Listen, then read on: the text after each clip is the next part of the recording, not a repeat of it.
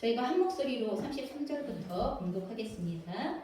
그들이 예수께 말하되 요한의 제자는 자주 금식하며 기도하고 바리새인의 제자들도 또한 그리하되 당신의 제자들은 먹고 마시나이다. 예수께서 그들에게 이르시되 혼인집 손님들이 신랑과 함께 있을 때에 너희가 그 손님으로 금식하게 할 수 있느냐? 그러나 그날에 이르러 그들이 신랑을 빼앗기리니 그날에는 금식할 것이니라. 또 비유하여 이르시되 새 옷에서 한 조각을 찢어 낡은 옷에 붙이는 자가 없나니 만일 그렇게 하면 새 옷을 찢을 뿐이요 또 새 옷에서 찢은 조각이 낡은 것에 어울리지 아니하리라. 새 포도주를 낡은 가죽 부대에 넣는 자가 없나니 만일 그렇게 하면 새 포도주가 부대를 터뜨려 포도주가 쏟아지고 부대로 못쓰게 되리라. 새 포도주는 새 부대에 넣어야 할 것이니라. 묵은 포도주를 마시고 새 것을 원하는 자가 없나니 이는 묵은 것이 좋다 함이니라. 아멘. 여러분, 이 본문의 배경은요, 세리 마태가 예수님으로 인하여서 구원을 얻게 되어져요. 여러분, 세리였던 신분을 갖고 있었던 마태는요, 당시에 유대인들에게 있어서 천민 중에 천민의 취급을 받습니다. 죄인 중에 죄인의 취급을 받습니다. 그래서 이스라엘 백성들을 등쳐서 자기 뱃속만 차리는 인간이라고 이렇게 규정되어져 있는 민족을 배신한 인간, 그리고 민족의 하나님을 배신한 인간, 이렇게 좀 찍혀져 있어요. 부자이기는 했지만 그들을, 그 세리를 대하는 유대인들의 태도는 너무나 무례했고, 그리고 또한 천하게 취급했던 이런 상황 가운데에서 예수님께서 그 세리였던 마태에게 너는 일어나 나를 따르라 하고 그의 중심의 갈망함을 보시면서 예수님께서 콜링하시는 상황이 벌어져요. 그럴 때 마태가 벌떡 일어나 예수님을 따르는 삶으로 구원으로 나아가게 되어집니다. 그래서 이렇게 세리였던 마태가 예수님으로 인하여 구원을 얻고 또 예수님을 위하여 자기의 집에서 큰 잔치를 벌이게 되어졌어요. 여러분, 너무 기뻐서 예수님으로 인하여서 나의 삶이 새롭게 되어진 것에 대한 너무 기쁜 마음을 가지고 잔치를 하다 보니까 여러분, 그 잔치에는 동료 세리들이 함께 참여하고 죄인으로 취급을 받는 그 친구들의 그룹들이 같이 참여하게 되어진 거죠. 이 상황을 지켜보고 있었던 바리새인과 서기관들이 예수님의 제자들을 향하여서 이렇게 얘기합니다. 너희가 어찌하여서 세리와 죄인과 함께 먹고 마시느냐, 이렇게 비방하게 되어집니다. 야, 너네들은 왜 친구들을, 그런 사람들을 사겨? 그럼 이렇게 얘기하는 거죠.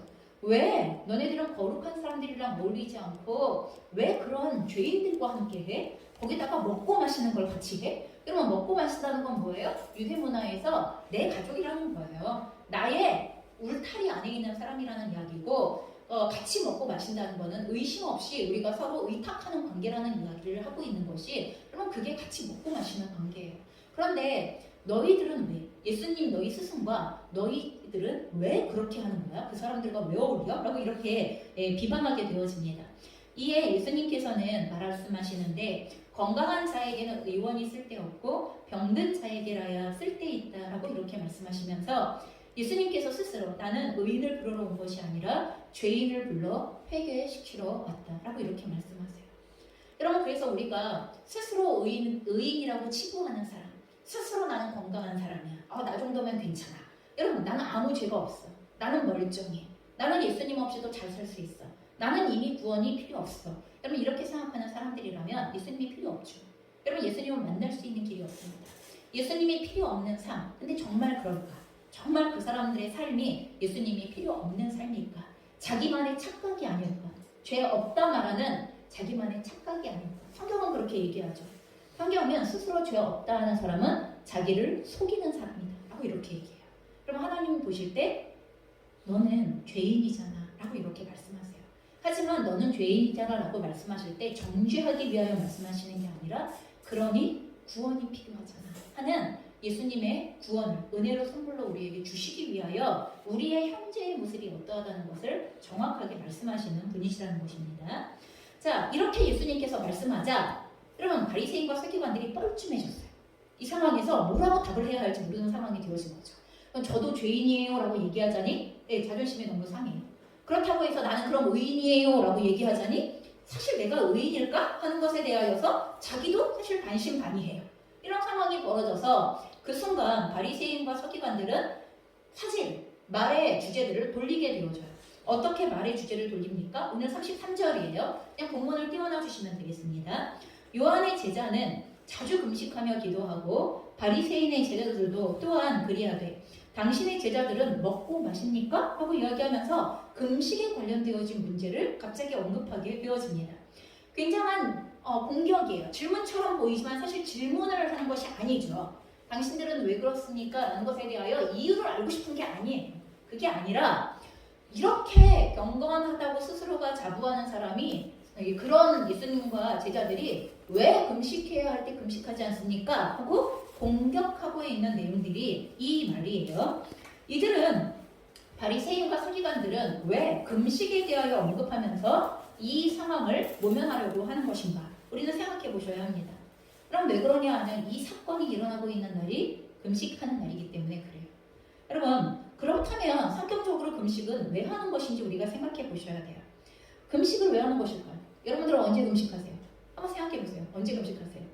저는 금식은 해본 적이 없고 금식은 다이어트 때문에 합니다. 뭐 이러는 경우가 있기는 하겠지만 그럼 언제 도대체 금식을 해보신 적이 있느냐는 거예요. 또 하면 왜 하냐는 거예요. 여러분 이스라엘의 율법의 규정에 따르면 여러분 금식에는 사실 특별한 강제 규정이 있지는 않아요. 딱 하나 있다면 그게 뭐냐 하면 1년에 하루 대속죄일이 있어요.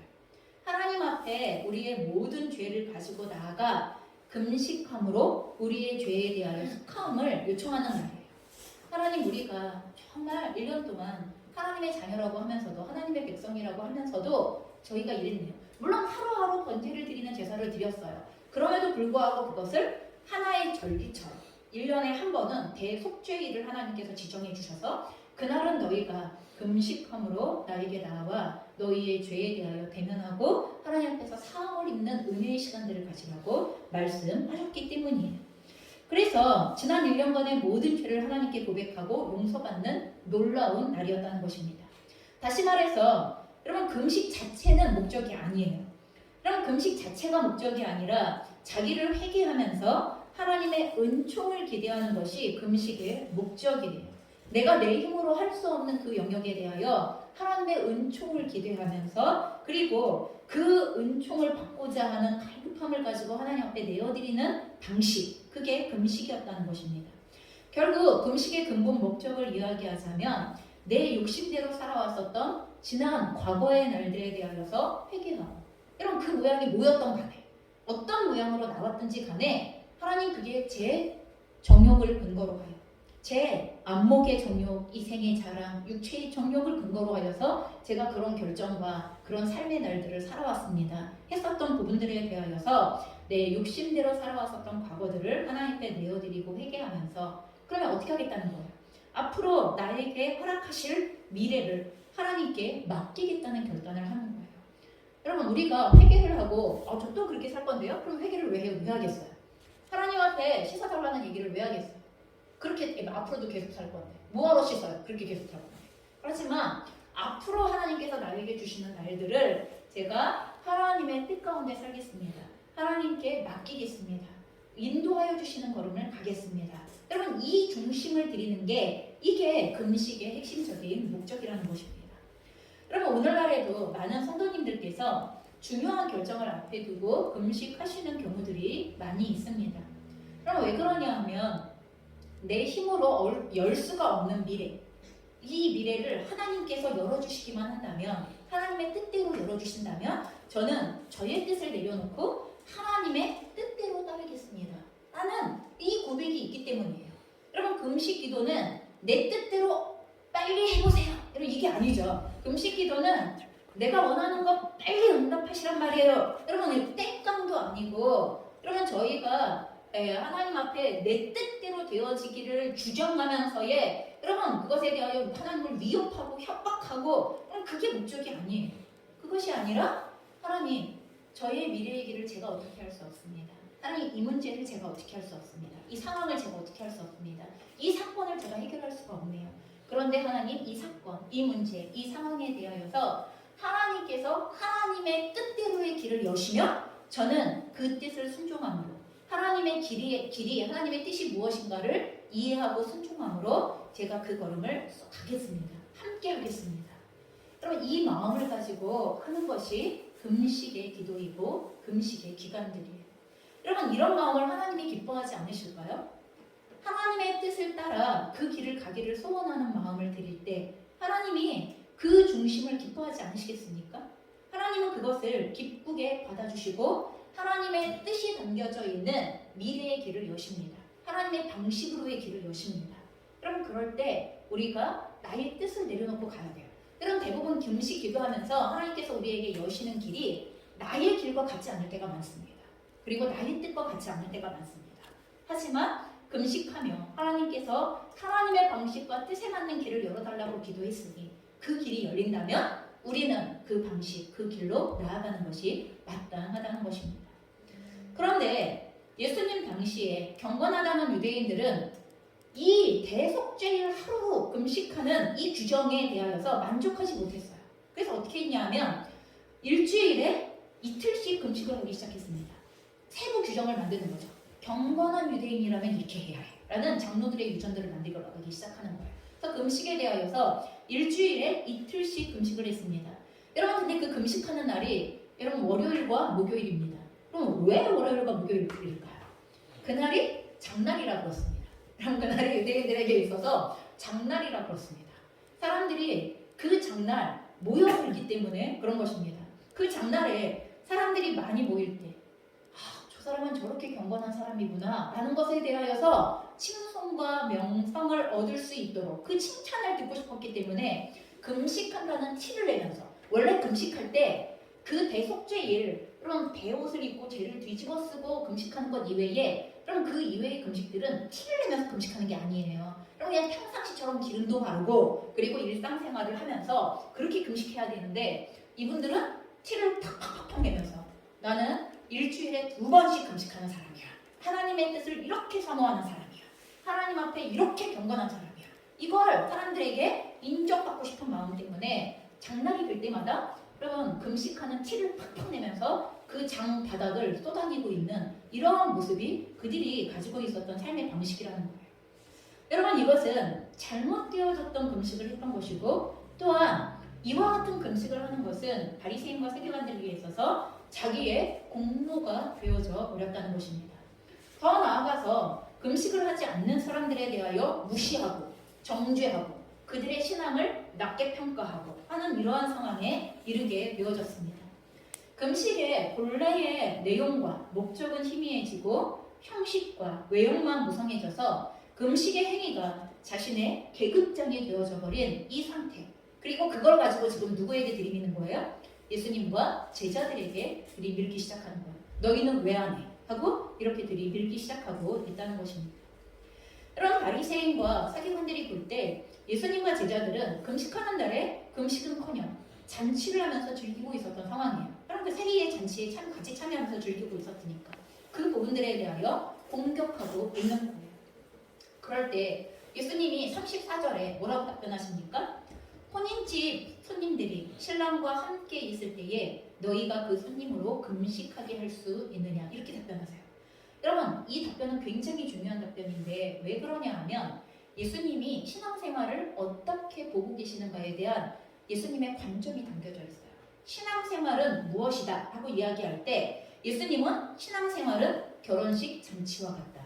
혼인식의 잔치와 같다. 여러분 이렇게 이야기하고 계시는 거예요.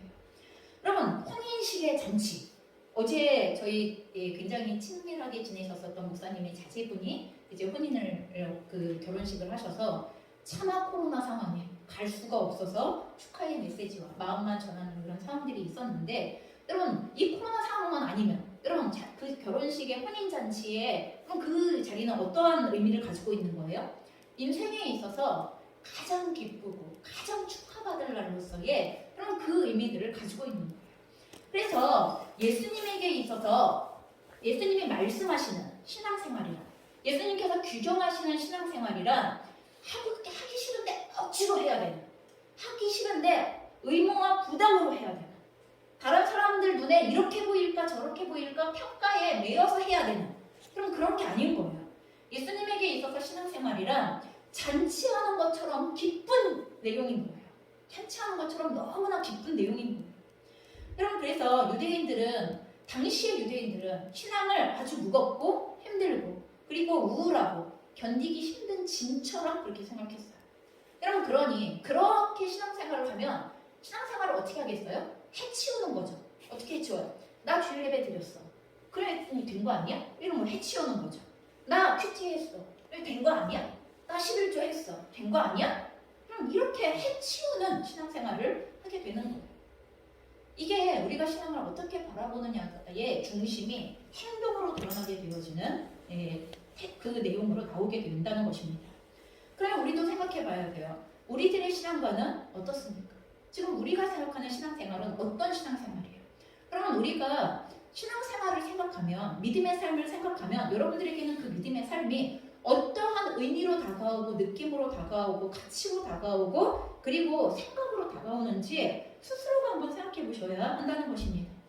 신앙이란, 예수 믿는 것이란, 다시 말해서 하나님을 아버지라고 부르고 섬기는 삶이란 정말 우리에게 잔치와 같이 즐거운 일인가? 정말 우리에게 기대하고 기다리고 그리고 소망하고 바라고 누리기를 원하고, 그러면 정말 그와 같은 혼인잔치의 가장 기쁜 잔치의 여러분 그 내용과 같은가? 특별히 여러분 그 잔치가 내 혼인잔치일 때, 여러분 내 혼인잔치일 때 저는 청년들이 그렇게 열심히 결혼 준비하는 걸 볼 때마다 생각해요. 아이고, 결혼 생활 준비를 저렇게 했으면 나중에 고생은 좀 덜 할 텐데 생각이 들 정도로 혼인잔치 준비를, 결혼식 준비를 얼마나 열심히 하시는지 정말 야, 제가 저런 열심히 있었던 애야? 싶을 정도로 그냥 모든 걸 리서치해가면서 막 모든 식당을 어떻게 할 것이며 드레스를 어떻게 할 것이며 예복을 어떻게 할 것이며 장을 어떻게 할 것이며 어떻게 꾸밀 것이며 막 사객을 어떻게 부를 것이며 시작해서 하나하나를 일일이 챙겨가면서 진짜 정말 대단한 열심을 가지고서 준비하시더라고요. 이건 내 혼인잔치라고 생각할 때, 다른 사람의 혼인잔치 두 번째 치고 여러분 인생에 있어서 한 방밖에 없는 내 혼인잔치라고 생각할 때 여러분 그날의 의미가 어떻겠냐는 거예요. 근데 우리의 신앙의 생활을 그날의 의미와 같은 의미로 우리는 대면하고 있는 것을 생각해 보셔야 합니다. 어떤 목사님께서 이런 간증을 하셨습니다. 신방대원들과 함께 어느 한 성도의 가정에 신방을 하러 오셨습니다. 그런데 그 성도가 최근에 너무 상황과 환경이 어려운 상황 가운데 놓여져 있었어요. 여러분 요즘 코로나 때문에 너무 어렵잖아요. 그리고 경제적인 것들이 다 무너지고, 근데 이분은 다른 분들보다 훨씬 더 심각한 상태 가운데 놓여져 있던 거예요. 가서 신방을 하면서 얘기를 듣다 보니까 목사님도 마음이 정말 어렵겠다 이런 마음이 들고, 함께 갔었던 신방 대원들이 점점 분위기가 무거워지는 거죠. 어떡하냐 이런 마음이 드는 거죠. 같이 듣고 있으면 그런 생각이 들겠죠. 어떡하냐, 저분 어떡하냐 막 이런 마음이 들 거잖아요. 그런데 그 이야기를 다 듣고 났었던 이 목사님이 그분에게 이렇게 질문을 하셨대요. 그래도 행복하신가요? 하고 이렇게 질문을 했대요. 그래도 행복하신가요? 되게 뜬금없는 질문 같지 않아요? 너무 어려운 상황을 여기까지 얘기했는데 진짜 어려워진 상황이죠. 말할 수 없이 어려워진 상황을 얘기했는데 거기다 대고 이 목사님께서 그런데 그래도 행복하신가요? 하고 이렇게 물어보셨다. 근데 이분이 가만히 생각을 하더니 이렇게 얘기하시다는 거예요. 네, 행복합니다. 주님 한 분이면 만족한 것 아닙니까? 이렇게 답변을 하시더라는 거예요. 근데 그게 포장된 말이 아닌 거죠. 그게 진짜 포장된 말이거나 아니면 꾸며낸 말이거나 그분은 그런 얘기를 하실 분이 아니고 꾸며낸 그런 얘기를 하실 분이 아니었다는 거죠.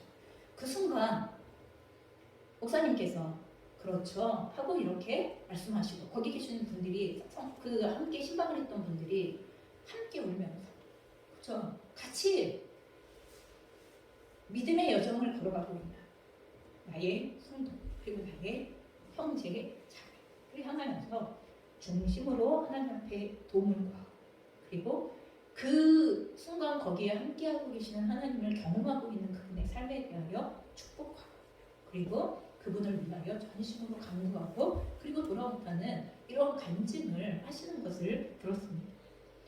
여러분, 우리가 고통이나 고난 중에 있다고 하여 행복하지 않거나 혹은 행복할 수 없는 것이 아니라는 것입니다. 여러분, 이건 선택입니다. 우리들의 삶에 아까 얘기했죠. 신앙생활이 혼인잔치, 나의 혼인잔치와 같다고. 일단 그 기쁨과 가장 중요한 가치를 가지고 있는 여러분 이와 같은 마음이 있다면, 기쁨과 행복이 있다면 여러분 우리가 고통과 고난의 날들 속에서도 그 행복을 누가 감히 뺏어갈 수 있는 것이 아니라는 것입니다. 우리들의 삶에 이런 기쁨과 행복이 없다면 오히려 그것이 우리가 신앙생활을 잘못하고 있는 것입니다. 오히려 우리의 신앙생활을 우리가 너무나 개념적으로 아니면 우리가 그 이상의 하나님을 대면하는 자리로 나가야 하는 과정들을 하나님 앞에서 놓치고 있을 가능성이 높다는 것입니다. 그러니 어떠한 고생처럼 여겨지는 혹은 고통으로 다가오고 고난으로 여겨지는 상황 가운데에 주님 거기 함께하고 계시죠. 주님 여기에 저와 함께하고 계십니다. 주님께서 이 여정을 통하여 분명히 능력이 있는 하나님께서 저에게 이 상황과 환경 가운데에서 가르쳐 주시고자 하시고 또한 지도해 주시기를 원하시며 나에게 기르셔야 할 어느 영역의 연단과 또 다른 하나님의 원리들을 경험할 수 있고 배울 수 있는 시간들을 주시는 것을 믿습니다. 하고 우리는 또한 버틸 수 있는 능력 그리고 감당할 수 있는 그 힘을 하나님 앞에 배워가야 아니면 누겨가야 하는 것입니다. 왜요? 바로 그 자리에 우리의 신랑이신 예수 그리스도께서 계시기 때문이죠. 그분이 고백했던 것과 같이 그 신방에서 간증하여 주셨던 그 성도님이 고백했던 것과 같이 여러분 예수님께서 우리의 삶에 바로 신랑이 되시기 때문입니다.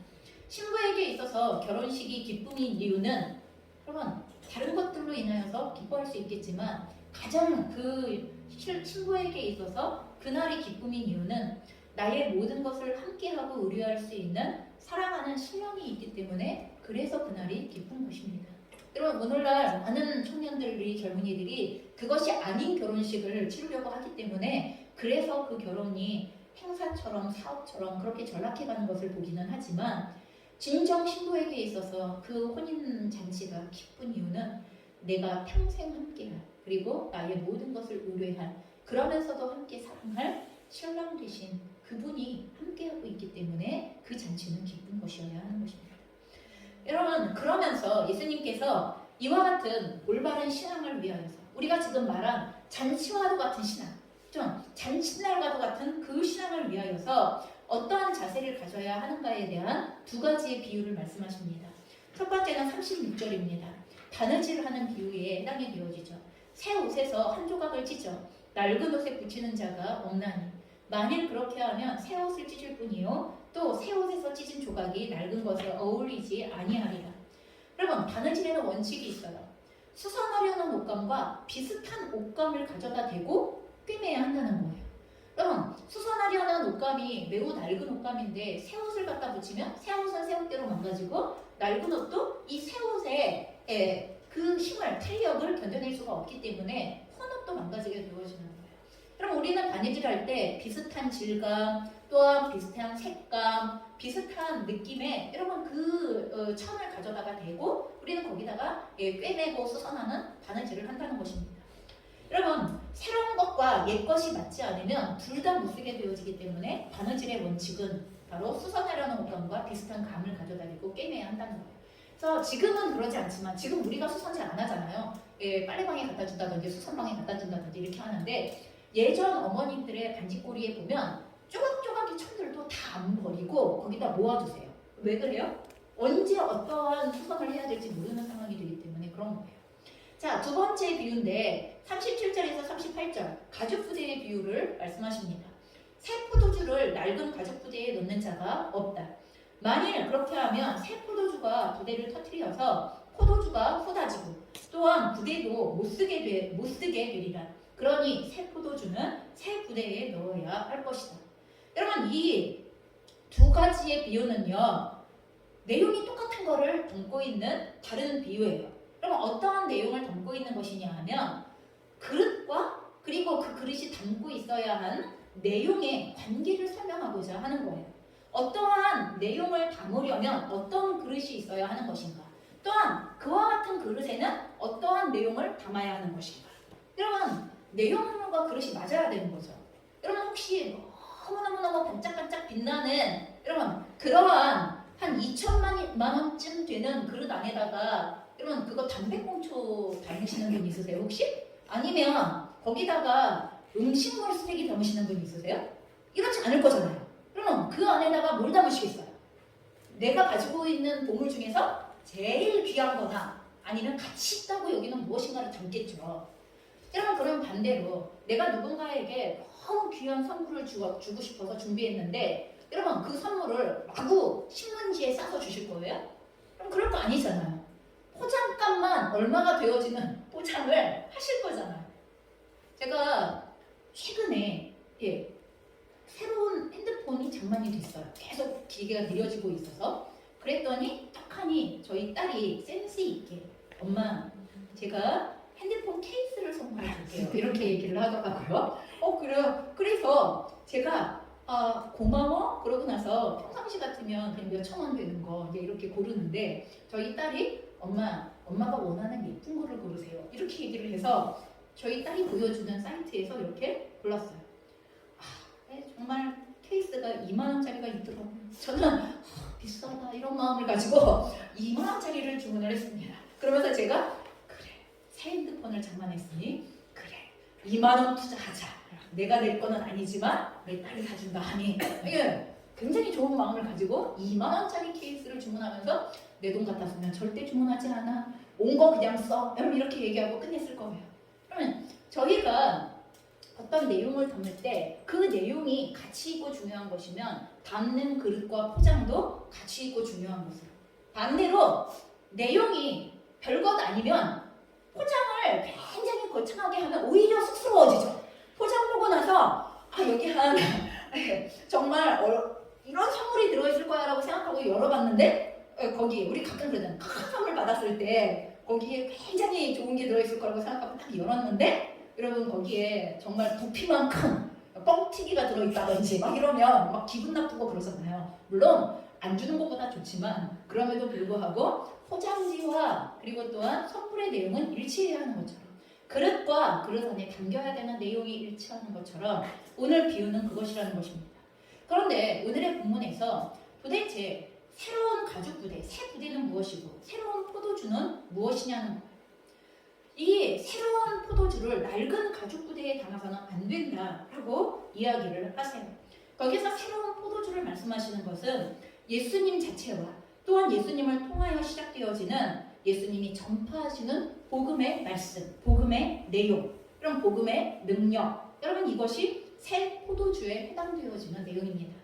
하나님의 구원의 역사가 예수 그리스도를 통하여 새로운 언약으로 우리에게 주어지기 시작하는 그 복음, 그 복음의 능력, 복음의 내용, 여러분 이것을 예수 그리스도와 함께 받아들여야 하는 게 여러분 이게 새로운 포도주에 해당되어지는 내용이에요.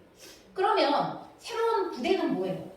예수님을 대하는 복음을 듣는 사람들의 마음가짐이에요.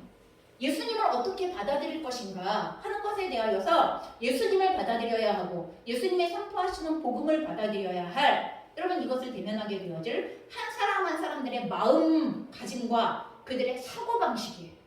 여러분 그런데 실제로 지금 계속 예수님에 대하여 비방하고 있는 바리새인과 서기관들의 태도는 무엇입니까? 그들이 가지고 있는 오래되어진 포도주는 무엇이냐 하면 그들이 지금까지 오래 경험하고 그 속에서 살아왔었던 율법의 내용에 해당이 되어져요. 그리고 또한 그 율법을 표현했었던 그들만의 사고구조, 율법에 찌들어버린 그들만의 고정관념, 여러분 이게 낡은 가죽부대에 해당이 되어지는 거예요. 여러분 여기서 오해는 하지 마셔야 돼요. 어떤 걸 오해하시면 안 되냐 하면 율법 자체는 나쁜 것이 아닙니다. 율법을 주실 때의 목적 자체가 하나님께서 우리에게 사랑과 생명과 행복을 위하여 주신 것이기 때문에 율법의 내용 자체는 너무나 중요하고 또한 율법 안에 하나님의 마음이 담겨져 있습니다. 그런데 문제는 무엇이냐 하면 이 율법의 근본 정신으로서의 하나님의 마음은 상실해버리고 하나님께서 주신 본래의 목적과 의도는 상실해버리고 율법의 문자, 율법의 형식을 구원의 근거라고 그걸 붙잡고 여러분 낡은 가죽부대를 계속 만들어내면서 그게 구원의 근거라고 말하기 시작하고 있는 여러분 그 율법주의가 문제가 되어지는 거예요. 여러분 이스라엘 백성들은 낡은 가죽 부대로서의 율법주의를 주장하기 시작하고 있는 거예요. 그래서 그 중에 하나가 아까 말했던 일주일에 2번씩 금식해야 돼. 이런 방식이 나오는 거예요. 기도는 사람들 앞에 서서 이렇게 해야 돼. 여러분 이런 방식들이 나오게 되어지는 거예요. 사람들에게 가난한 사람들에게 베풀어야 돼. 왜? 그게 율법에서 요구하고 있는 행위이고 구원의 근거라고 생각하기 때문에 해야 되는 거예요. 여러분 이렇듯 율법 자체가 가지고 있는 선한 의도, 선한 목적의 본질에 맞게 이 형식들을 바꿔가는 게 아니라 그들이 가지고 있는 율법주의를 근거로 하여서 구원의 근거로 삼고자 하는 상황과 사고 방식을 계속 주장하기 시작할 때 여러분 이럴 때 지금 예수님과 예수님을 통하여 선포되어지고 있는 복음의 능력, 복음의 내용 이것을 절대로 받아들일 수 없는 상태가 된다는 것입니다. 그렇기 때문에 이스라엘의 당시에 지금 예수님과 대립각을 세우고 있는 그들 안에 낡은 가죽 부대로서의 율법에 찌들어버린 고정관념 그리고 그 사고 구조, 그들의 행동 방식 여러분 이것이 낡은 가죽 부대가 되어져 있는 것입니다.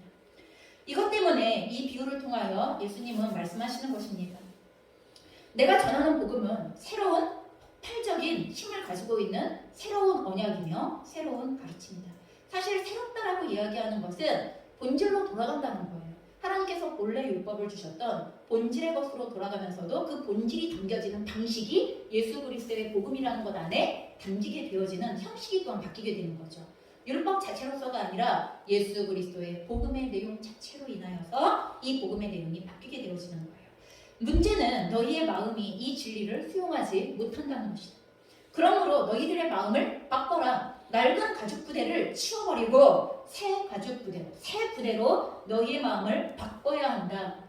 내가 의인이라고 생각하는 교만함을 버리고 내가 죄인이라는 것과 스스로를 의롭게 만들 방법이 나에게 없다는 것에 대하여서 너희는 인정하고 받아들이는 변화가 필요하다.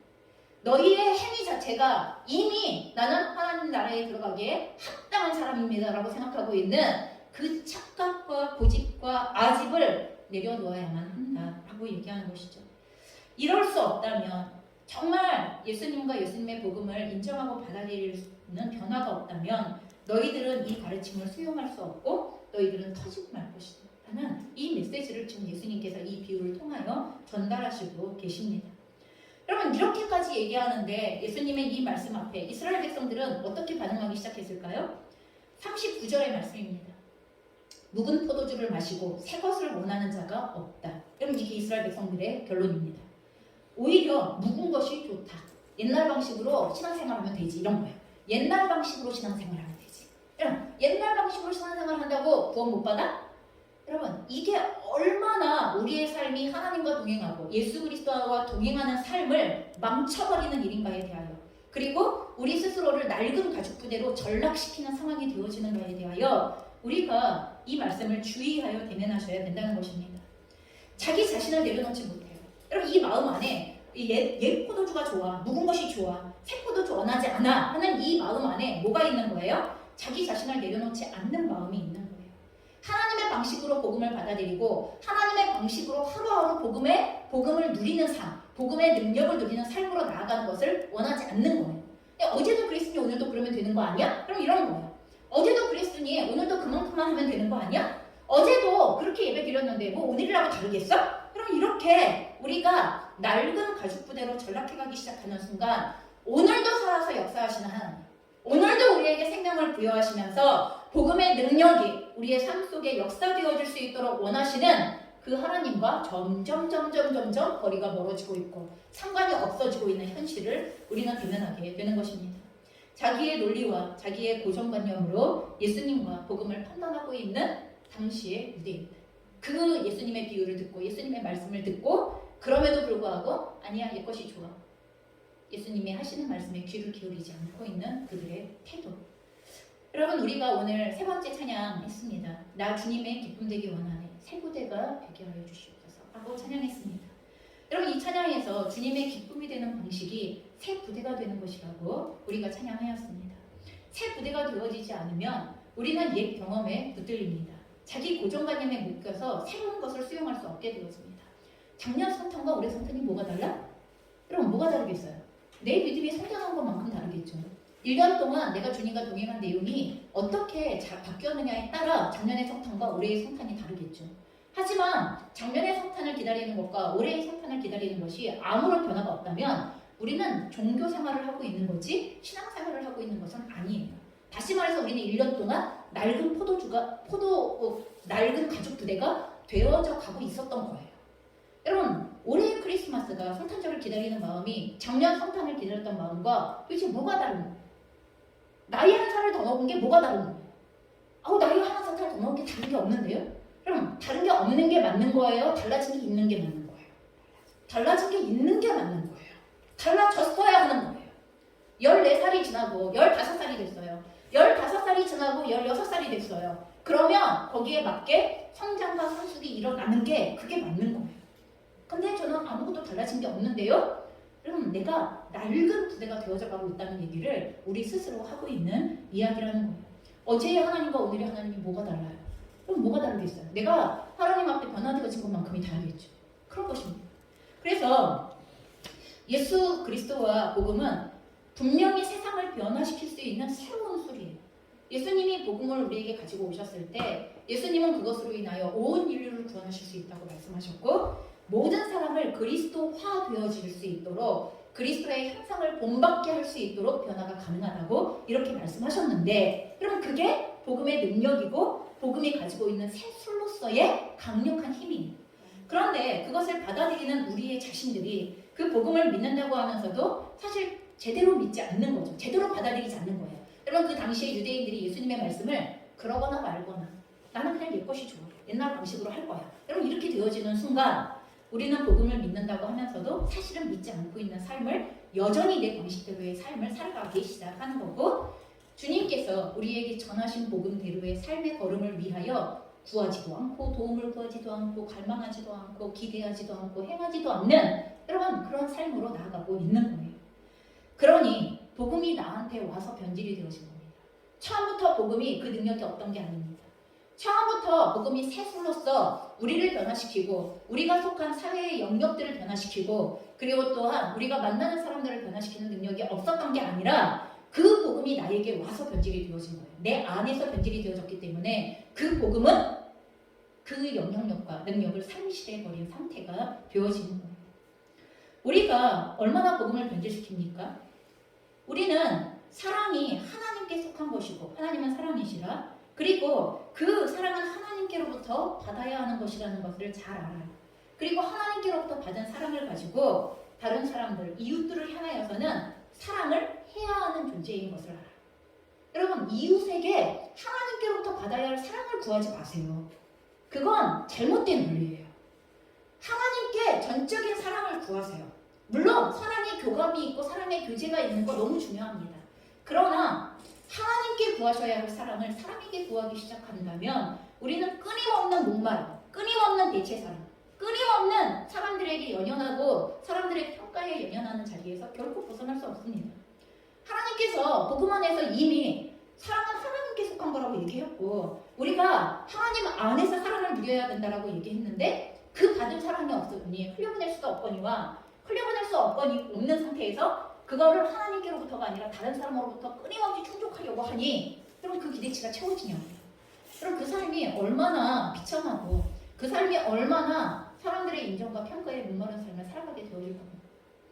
그럼 또한 우리는 하나님께 기도할 때 우리가 변화시켜야 할, 복음을 가지고 변화시켜야 할 나의 삶의 영역 속에 역사하는 어둠과 또한 세상 가운데 역사하는 악과 싸울 수 있는 힘을, 권세를 달라고 기도해야 하는데 여러분 뭘 기도하시는 거예요? 그죠? 나의 개인의 성공을 위한 복을 주세요. 복을 주세요. 복을 주세요. 여러분 우리의 기도의 내용이 정말 복음을 흘려보낼 수 있고 복음대로 살아갈 수 있는 능력을 위하여 기도하시는 거 맞습니까? 여러분 우리의 기도의 내용이 진짜 복음대로 살지 못하는 것에 대한 울분과 억울함과 그리고 하나님 이렇게는 못 살겠어요. 정말 제발 복음대로 좀 살게 해주세요. 여러분 그 강력한 열망을 가지고 하나님께 도움을 구합니다. 제발 주님 저에게 그 힘을 부어주세요. 그 권세를 부어주세요. 그럼 그것 때문에 기도하는 거 맞습니까? 그 삶을 위하여 기도하는 것이 맞습니까?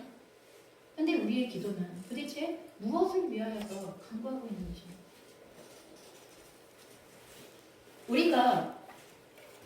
우선순위 가운데에서 기도해야 할 내용들을 놓치기 시작할 때 우선순위가 뒤바뀐 기도가 시작이 되어지죠. 결코 복음은 무능하지 않습니다.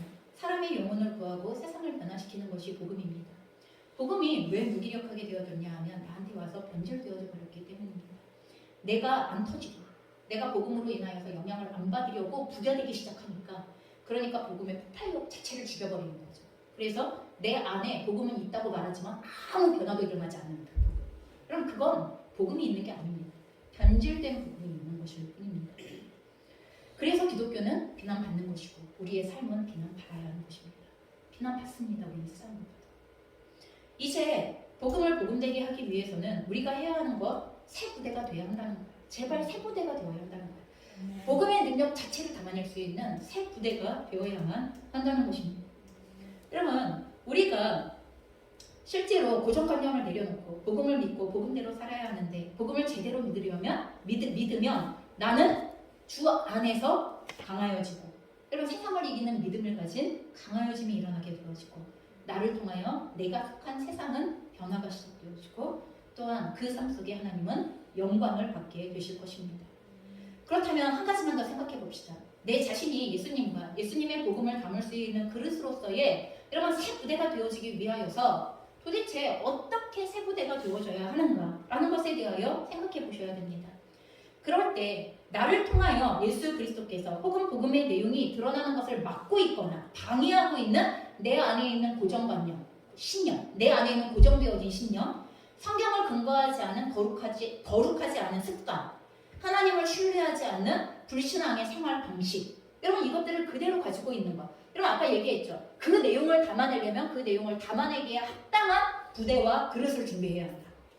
여러분 우리가 가지고 있는 그 유대인들이 가지고 있었던 그들만의 고정관념과 그 신념들을 바꾸지 않은 상태에서 복음을 절대 담아낼 수 없었던 것처럼 우리는 오늘날 우리가 살아가고 있는 시대에 고정관념과 신념들을 붙들고 있는 것들 또한 성경에 근거하지 않은 불경건이라고 말씀하시는 내용들의 습관들을 가지고 있는 것들을 변화시키지 않는 내용들 또한 우리의 삶 가운데에 하나님을 신뢰하지 않는 불신앙 가운데에서 계속 나타나고 있는 여러분 그와 같은 우리의 행동들 여러분 이것들을 치워버리셔야 돼요.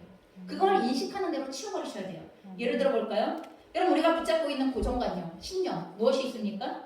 관계에서 손해보지 말아야 해. 그건 바보나 하는 짓이야. 관계에서 손해보지 않기 위하여서 땀박땀박 따져서 기브앤테이크. 여러분 이건 하나님의 원리가 아닙니다. 세상에서 내가 제일 중요해. 내 중심적으로 생각하고 결정해. 내가 제일 중요하기 때문에 나만 생각하면 돼. 너 중심적으로만 생각하면 돼. 여러분 이건 성경적이지 않습니다. 나를 아무도 돌봐주지 않으니 내가 나를 책임지고 내가 나를 돌봐야 해. 이건 하나님의 아버지이심을 절대적으로 부인하는 우리의 고정관념이고 우리의 신념입니다. 또한 거룩하지 않은 습관들이 있습니다. 이기적인 관계를 형성하는 것. 나에게 유익이 되어지면 친구, 그리고 무익하면 절교. 혹은 사람들과의 관계에 있어서 지속적으로 이기적인 태도로 행동하는 것.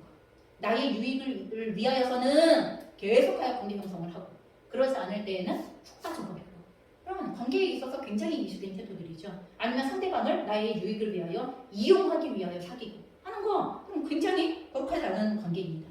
또한 하나님의 거룩하심이 드러나는 것을 방해하는 언어 생활. 여러분 이거 대놓고 거룩하지 않은 생활입니다. 여러분 우리가 우리의 언어 생활이 얼마나 하나님을 그대로 반영하고 있는가에 대해서 인지하고 믿는다면 우리는 우리의 언어 생활을 우리의 자녀들에게 결코 그렇게 말씀하시면 안 되고 우리의 형제 자매들에게 성도들에게 그렇게 말씀하시면 안 됩니다. 존중하셔야 하고 그리스도의 형상이 드러날 수 있는 언어의 생활을 하셔야 되는 게 맞는 것입니다. 그 사람 안에 그리스도의 형상이 나타나는 것들이 말을 통하여 나타내야 한다는 것입니다. 또한 다듬어지지 않은 성품을 마구 표현해요. 내 성질대로 막 표현해요. 여러분 이게 당연한 것입니까? 아닙니다. 그건 낡은 부대를 계속 고집하고 있는 태도예요. 옛 습관을 벗어버리라고 그렇게 하나님께서 말씀하시는데도 우리가 저는 이게 편한데요. 편한 것과 다른 것은 다릅니다. 편하지 않더라도 다른 것이면 해야 합니다. 다른데 편하지 않더라도 다른 것이면 반드시 해야 하는 거예요. 불편해도 감수해야 되는 게 그게 우리의 거룩하지 않은 습관을 길들여야 할 기준이고 방식입니다. 불신앙의 생활 방식이 있습니다. 돈을 숭배하고 섬기는 거. 그래서 모든 행동의 기준이 돈이에요. 돈 때문에 하고 돈 때문에 하지 않아요. 추우시면 재훈 집사님 켜주시면 돼요. 방송기를 켜주시면 됩니다. 또한 삶의 전반에 있어서 염려, 근심, 원망과 불평. 그럼 이거는 하나님이 나를 돌보시지 않아 하는 뿌리로부터 나오게 되어지는 행동들이에요. 그 행동들. 원망, 불평, 염려, 근심. 하나님은 나를 돌보시지 않고 책임지시지 않아. 하나님은 함께 하시지 않아. 하나님은 살아계시지 않아. 그걸 대놓고 표현하는 방식이 바로 그와 같은 방식입니다. 또한 모든 순간에 하나님께 묻지 않고 들으려고 하지 않고 순종하지 않으려는 태도. 그럼 그냥 내 마음대로 결정해버리고 내 마음대로 해버리는 거. 그러면 그리고 나서 뒤에서 기도했죠? 내 마음대로 한 것을 책임져 주세요, 하나님. 그럼 내 마음대로 하는 것을 내가 책임져야지 왜 하나님이 책임지세요? 하나님 뜻대로 했어야 하나님이 책임지는 거지. 그렇잖아요. 그런데 어떠한 중요한 상황과 결정의 순간순간마다 주께 물어야 하고 뭐라고 말씀하시는지 끝까지 들어야 하고 그리고 들은 대로 순종해야 하는데 그러지 않는 거. 여러분 대표적인 불신앙의 생활 방식들이에요. 여러분 제가 고정관념 내려놓으셔야 됩니다. 불신앙의 생활 방식 내려놓으셔야 됩니다. 거룩하지 않은 습관 바꾸셔야 합니다. 왜요? 우리 안에 예수님이 계십니까? 우리 안에 복음이 있습니까? 그런데 그 내 안에 계신 예수님이 내 안에 있는 복음의 능력이 나도 변화시키지 못하고 내가 속한 영역도 변화시키지 못하면 그 복음은 죽은 거예요. 그 복음은 능력을 상실한 게 맞습니다. 우리 안에 예수의 생명은 없습니다. 그게 맞는 것입니다. 그렇기 때문에 이제 우리 안에 들어와 그 복음이 변질되어져 버린 것이 아닌가? 우리가 낡은 부대를 고집하고 있는 내용들을 살펴보시면서 이걸 치우시기로, 바꾸시기로, 새 부대로 바꾸시기로 우리는 결정을 하셔야만 하는 것입니다. 대부분 그런 부분을 회개하셔야 됩니다. 더 이상 이 심각한 영적인 상태를 방임하지 않도록 우리는 결정하셔야 됩니다. 우리 안에 경건의 내용이 있습니까? 예수님을 사랑하는 마음이 있고 예수님의 생명이 있고 또한 복음을 믿는 믿음의 내용이 있습니까? 예수님을 따라가고 싶은 마음이 있습니까? 그렇다면 그 경건의 내용은 반드시 경건의 모양으로 빚어져야 합니다. 밖으로 나와야만 하는 것입니다. 경건의 모양이 지금 내가 무너져 있다면 우리는 심각하게 내 안에 경건의 내용이 있는 것이 맞는가 자체에서부터 다시 나의 변질되어진 복음의 내용의 모습들을 확인하시고 분명 있는데 내가 그 경건의 모양으로 표현하고 있지 못했기 때문에 드러나지 못했고 또한 영향력에 흘러가지 않았던 내용들에 대해서는 이제 우리는 정리정돈을 시작하셔야만 합니다. 대림절 둘째 주간입니다. 새솔로 우리에게 임하시는 예수님을 온전히 담아내는 새 부대로 우리가 새로 빚어지시는 여러분 이 대림절의 기반이 되어주시기를. 그래서 내년의 새해는 정말 새해 됩시다. 올해 만난 성탄은 정말 주님이 내 안에 거하실 수 있는 깨끗한 자리 만들어 놓고 거룩한 새 부대 만들어 놓고 주님 이곳에 임해주세요 라고 간절히 기대합시다. 그 능력이 우리의 삶에서 드러날 수 있기를 간절히 기대하고 부르짖읍시다. 그래서 그 능력을 경험하게 되어지는 우리의 삶이 되기를 주님의 이름으로 축원합니다. 함께 기도하겠습니다. 우리가 함께 기도할 때 하나님 저의 삶 속에 예수님의 생명이 복음의 능력이 내 안에 들어와 변질되어져 있는 하나님 이 안타깝고 또 회개해야 할 상황들을 주님 앞에 가지고 나아갑니다. 돌이키게 하시며 하나님 제 안에서 구체적으로 세포대가 되어지기 위하여 변화해야 할 내용들 그것이 신념, 고정관념의 영역이건 생활 방식의 영역이건 아니면 거룩하지 않은 습관의 영역이건 하나님 이 부분들을 하나님 앞에 내어드리며 새롭게 되는 은혜를 주시옵소서. 새롭게 되는 것만큼이 주님께서 우리 안에 거하실 수 있는 자리이고 우리를 통하여 역사하실 수 있는 자리임을 믿습니다. 우리가 함께 이것을 위하여 간절히 의뢰하는 마음을 가지고 기도하십시다. 하나님 아버지, 주님 앞에 나아가는 저희들의 삶 속에 예수의 생명이, 예수의 능력이, 예수의 권세가, 예수의 모든 영화로움과 존귀가 우리의 삶 가운데 담기기를 원하고 그것이 능력이 되어 우리의 삶을 통하여 흘러가게 되어지기를 소원합니다. 우리들을 만나는 이들에게, 우리들을 대면하는 이들에게 하나님의 어떤 분이신가에 대한 그 거룩함과 영광스러움을 보일 수 있는 하나님 저희의 삶이 되어지기를 소원하고 그로 인하여 하나님 그들에게 하나님의 거룩한 삶, 거룩한 말씀을 도전할 수 있는 통로들이 활짝 열리게 되어지기를 간절히 소원합니다. 하나님 은혜를 부어주십시오. 저희의 삶에 낡은 부대가 되어져 버려 더 이상 말씀을 말씀으로 인정하지 않고 주님을 주님으로 인정하지 않고 주님의 모든 능력과 복음의 권능을 우리가 인정하지 않고 내 기준과 내 수준과 내 습관에서 하나님 그것들을 한계 지어버리고 그리고 그것들을 변질시켜버리는 모든 잘못되어진 습관들로부터 하나님 다시 한번 주님 앞에 세부대가 되어지기를 소망하며 전심으로 주님 앞에 나아가는 우리의 삶이 되기를 하나님 이 여정을 위하여 주님 앞에 부르짖게 하시옵소서. 그렇게 날려가지 못하는 우리들을 주님 앞에 부르짖게 하시고 하나님의 복음의 능력이 나를 통하여 흘러가지 못하고 있는 것으로 인하여 애통하게 하시고 하나님의 거룩한 정상이 우리들의 삶과 언어와 모든 행동의 방식을 통하여 나아가고 있지 않은 것들에 대하여 강력하게 하나님 앞에 회개하며 하나님의 능력을 덧입기를 사모하는 마음을 가지고 주님 앞에 설 수 있는 저희들이 되도록 주님 역사하여 주시기를 간절히 소원합니다. 하나님 우리는 주님의 기쁨이 되어지기를 원합니다. 주님의 기쁨이 되어줄 수 있는 하나님 생명으로 우리를 창조하셨으니 우리가 그와 같은 삶으로 달려가기를 소원합니다. 은혜를 부어 주시옵소서.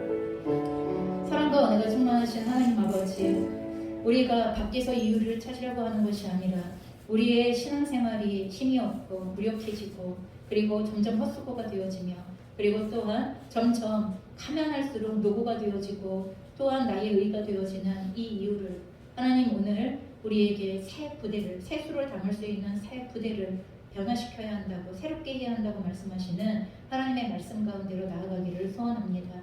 하나님 저희가 코로나 상황이지만 그럼에도 우리는 새롭게 되어지기를 원합니다. 하나님 우리가 새로워지고 교회가 새로워지며 우리의 가족이 새로워지고 그리고 또한 우리의 모든 삶의 전반의 영역에 하나님의 나라가 임하는 것이 새로워지기를 간절히 소원합니다. 하나님 이것을 위하여 오늘 구체적으로 우리에게 한 사람 한 사람에게 새롭게 되어져야 할 세부대로서 말씀하시는 내용들을 믿음으로 화답하며 성실하게 그 영역을 주님 앞에 훈련해가고 바꾸어가고 그리고 다듬어가고 세워갈 수 있는 저희가 되도록 인도하여 주시옵소서. 감사하며 예수 그리스도의 이름으로 간절히 기도합니다. 아멘.